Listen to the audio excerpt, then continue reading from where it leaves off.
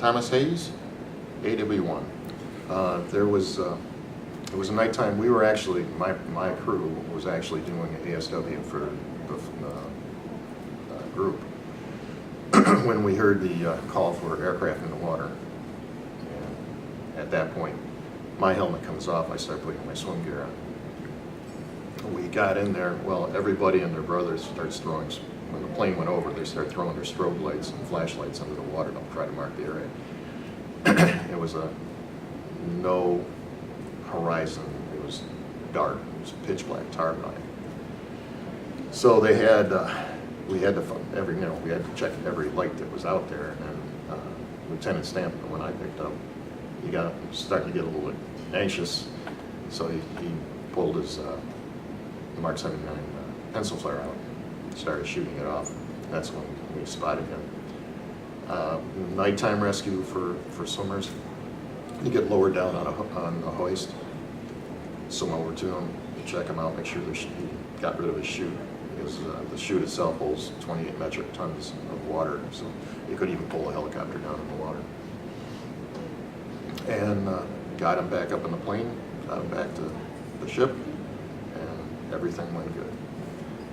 The second rescue wasn't exactly the same, because one, there was a high sea states that we had, winds blowing. The first rescue that I was out, another one, we were doing ASW, and we heard an aircraft in the water. Now, in daylight, we'll jump. Actually, Navy started jumping before the Coast Guard started jumping. And usually go at 10 foot, 10 knots forward speed. Get yourself positioned in the door, and then once the pilot gets, he says go, my first crewman, who's running the hoist, gives me a tap, I jump out, and I do the rescue. Well, first one was textbook. 10 feet, 10 knots, hit the crest of the wave, swam over to the guy, had him all set. Well, second one, I didn't know there was another body on the water. I don't know, once your helmet comes off, you don't know. So, my crewman pulls me back to the door, and he says, hey, we got another one out there, we gotta go get it. So I get myself in the door, I'm not quite ready. The pilot's starting to bring it down into the hover.